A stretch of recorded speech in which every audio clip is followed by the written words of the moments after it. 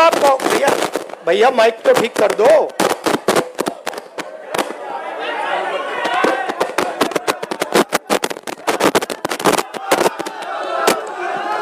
Hello, just get ये भैया कह रहे हैं कि हिल रहा है इसलिए माइक नहीं चल रहा। भैया ये बिहार की क्या हालत है कि मेज हिल रही है तो माइक नहीं चल रहा। तो आपसे माफी चाहता हूं कि इतनी गर्मी में आपको यहां बैठा दिया है। ये शामियाना भी बंद था बिल्कुल।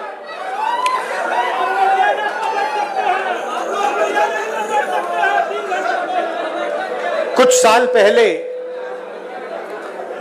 अमित शाह ने बयान दिया, एक बार नहीं अनेक बार, कि अब बीजेपी की सरकार 40-50 साल चलेगी।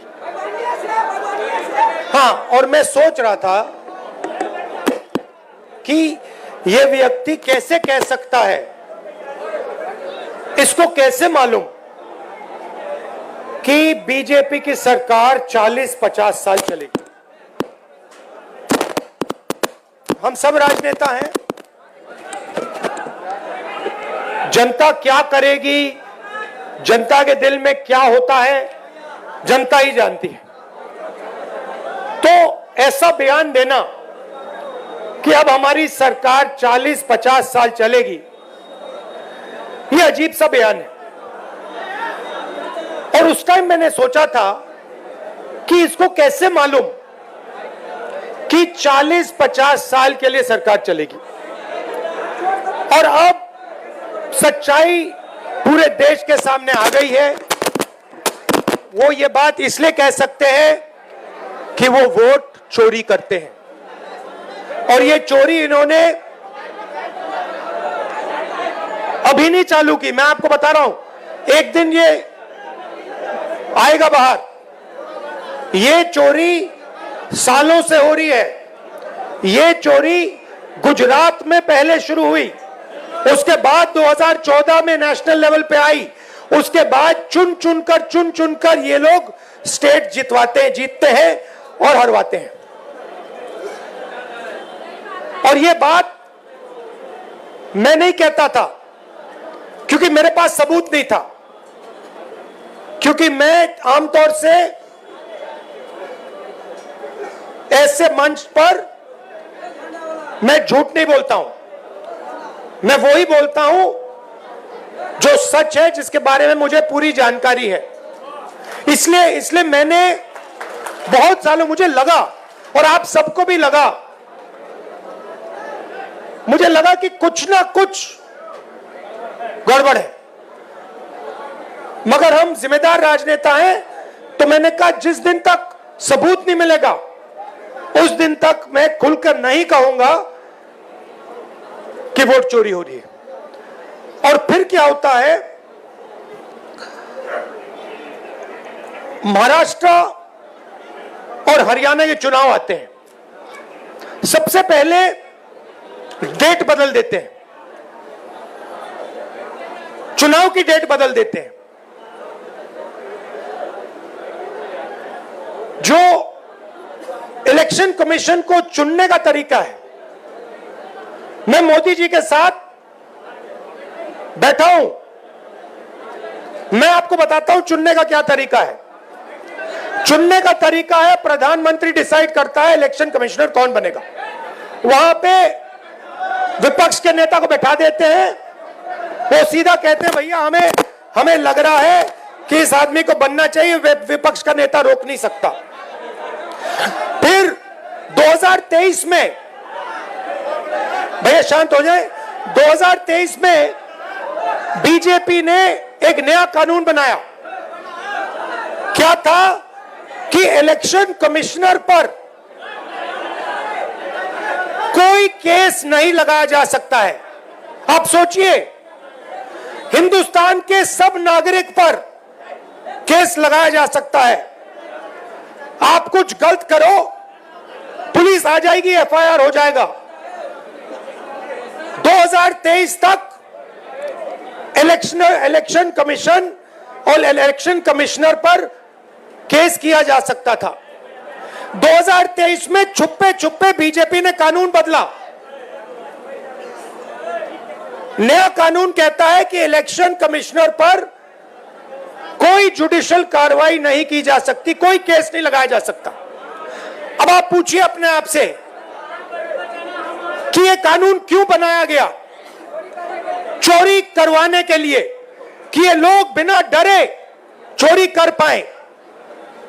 तो महाराष्ट्र में इन्होंने क्या गलती की, ये थोड़ा ज्यादा कर दिया।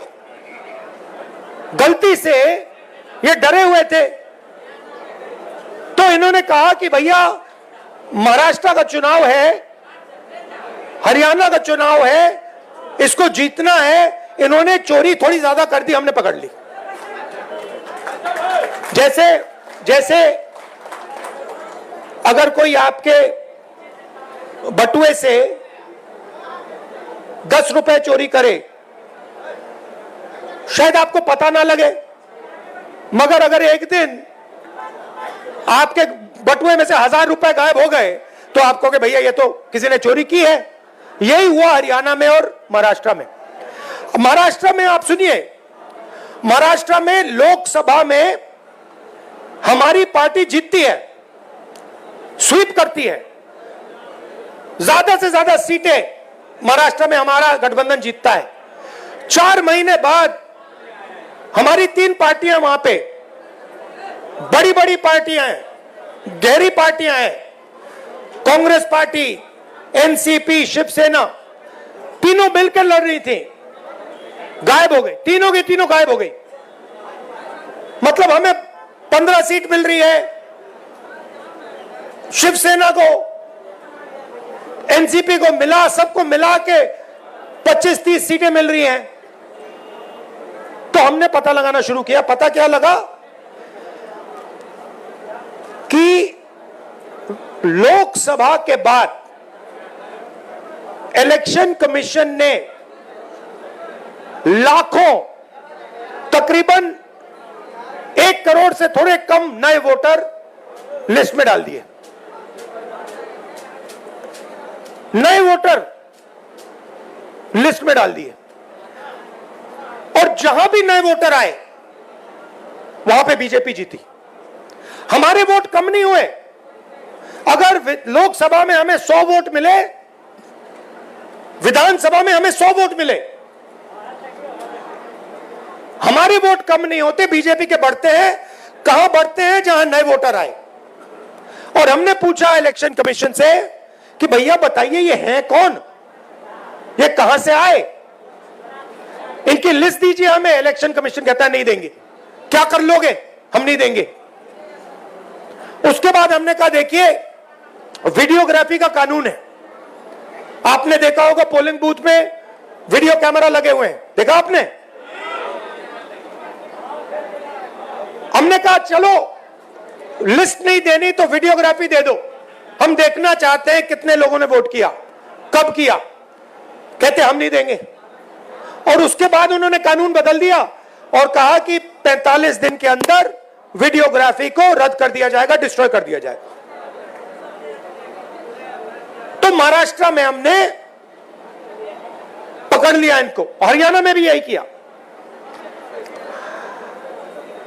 फिर मैंने क्या किया, मैंने कांग्रेस पार्टी के हमारे जो लोग हैं उनसे कहा कि एक काम करो, कर्नाटक में एक सीट में जाकर गहराई से देखो हुआ क्या।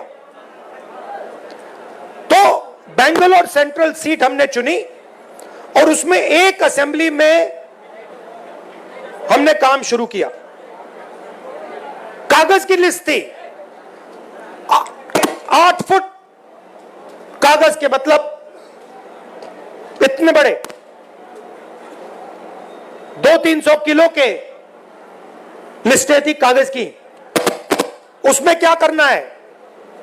आपका नाम क्या है? हाँ आपका नाम? हाँ, उसमें क्या करना पड़ा हमें? मोहम्मद अख्तर जी का चेहरा लाखों दूसरे चैनलों से फोटोग्राफ को मिलाना पड़ा। मतलब इनकी फोटो देखी और हर फोटो से मिलानी पड़ी, इनका नाम देखा, हर नाम से मिलाना पड़ा, इनका एड्रेस देखा, हर एड्रेस से मिलाना पड़ा। 6 महीने लगे। 30-40 लोग 16-16 घंटे काम किए। हमें पता लगा कि महादेवपुरा असेंबली में 1 लाख फर्जी वोटर थे। कोई वोटर 4-5 बार उसका नाम आ रहा है, इस बूथ में आ रहा है, इस बूथ में आ रहा है, इस बूथ में आ रहा है, उस बूथ में आ रहा है। छोटा सा घर है, 1 बेडरूम का घर है, उसमें 70-80 लोग रहते हैं। जब हमने आदमी भेजा, भाई पता लगाओ इसमें 70 लोग रहते हैं, कहते भैया यहां तो कोई रहता नहीं है, यहां तो 4 लोग रहने। तो अब आप कहोगे ठीक है भैया इलेक्शन चोरी कर रहे हैं, तो क्या हुआ? मैं आपको बताता हूं। देखिए, इस संविधान में लिखा है कि हिंदुस्तान के हर नागरिक को 1 वोट मिलेगा। 2 नहीं मिलेंगे, 5 नहीं मिलेंगे, आधा नहीं मिलेगा, 1 मिलेगा। मतलब अगर दलित है, ईबीसी है, पिछड़े वर्ग के हैं, मुसलमान हैं, हिंदू हैं, जो भी हैं, 1 वोट मिलेगा, 2 नहीं, आधा नहीं। अंबानी जी का जो बेटा है उसे उतने ही वोट मिलते हैं जितने देश के सबसे गरीब बच्चे को मिलते हैं, 1। और वोट को सबसे ज्यादा किसको जरूरत होती है? आप क्या सोचते हो? अंबानी जी को वोट की जरूरत है? कोई फर्क पड़ता है उनको? वोट डाले ना डाले कुछ फर्क नहीं पड़ता। बैंक के दरवाजे उनके लिए खुले हैं, कर्जा माफ उनका खटाखट होता रहता है। उनका बच्चा कहता है भैया मुझे बिजनेस करना है, 2 मिनट में बिजनेस कर सकता है। वोट किसको चाहिए? वोट हिंदुस्तान के गरीब लोगों को चाहिए, क्योंकि इसके बिना आपके कोई अधिकार नहीं है। आजादी से पहले जब आपके पास वोट नहीं था, कोई अधिकार नहीं था। दलितों को कहा जाता था कि भैया आपको हम छुएंगे नहीं, आप यहां अपना चेहरा नहीं दिखा सकते। पिछड़ों को कहा जाता था कि भैया आपकी कोई जगह नहीं है, सरकार में कोई जगह नहीं है, शिक्षा के सिस्टम में कोई जगह नहीं है। ये सारा का सारा जो आया है, ये आजादी के बाद संविधान के कारण आया है। और संविधान क्या है? अगर जिस दिन आपने वोट खत्म कर दिया, उस दिन इसका कोई मतलब नहीं रहता है। जो इसमें जो शक्ति है,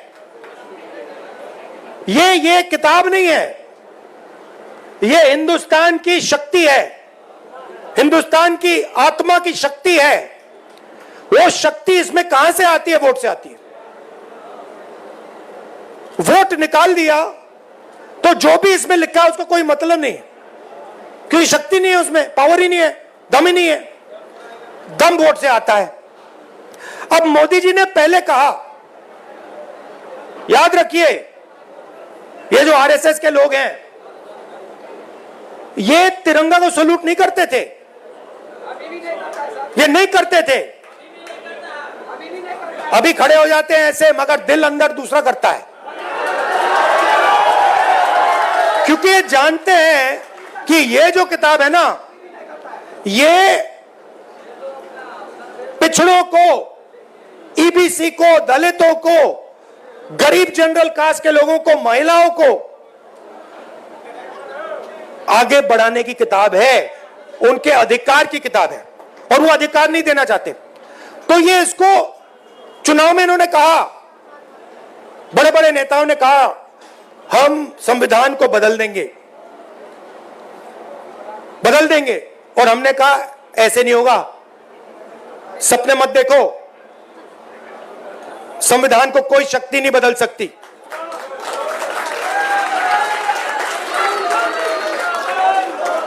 मगर हमें यह नहीं मालूम था, शक था मगर सबूत नहीं था कि ये इसको खत्म करने में लगे हुए हैं, क्योंकि ये वोट चोरी कर रहे हैं। तो हम आके यहां भाषण देंगे, मैं भाषण दे रहा हूं और मैं कहना चाहता हूं जो तेजस्वी जी ने कहा, अंबेडकर जी का सपना, गांधी जी का सपना, कर्पूरी ठाकुर जी का सपना, उसको पूरा करना चाहते हैं, मगर अगर वोट नहीं है उसको कोई मतलब नहीं है। हम यहां जितने भी भाषण करना चाहें हम कुछ नहीं कर पाएंगे अगर वोट नहीं है।